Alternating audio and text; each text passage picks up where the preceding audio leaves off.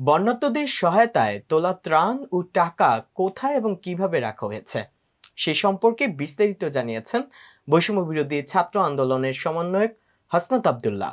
শনিবার রাতে সামাজিক যোগাযোগ মাধ্যম ফেসবুকে এক পোস্টের মাধ্যমে এ তথ্য জানান তিনি। ফেসবুক পোস্টে তিনি লেখেন, গত 4 সেপ্টেম্বরের প্রেস ব্রিফিংয়ের মাধ্যমে আমাদের টিএসসি ত্রাণ কর্মসূচির আয় ও ব্যয়ের হিসাব জানানো হয়েছিল।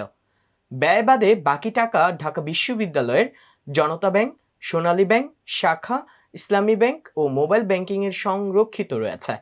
ঢাকা বিশ্ববিদ্যালয়ের একজন শিক্ষক, একজন নারী শিক্ষার্থী ও একজন ছাত্রের নামে বিশেষভাবে অ্যাকাউন্ট খোলা হয়েছে, যেখানে শুধু এই 3 জনের সম্মিলিত সিগনেচারের মাধ্যমে টাকা হস্তান্তর করা সম্ভব। এখন পর্যন্ত ওই অ্যাকাউন্ট থেকে কোনো টাকা হস্তান্তর করা হয়নি। তিনি আরও লেখেন, স্বচ্ছতা নিশ্চিতকরণের লক্ষ্যে আমরা ত্রাণ কার্যক্রমের আয় ও ব্যয়ের উপর একটি অডিট করছি এবং আগামী কয়েকদিনের মধ্যে অডিট রিপোর্ট প্রকাশ করা হবে ইনশাল্লাহ। আমরা সবসময় গঠনমূলক সমালোচনা গ্রহণে আগ্রহী।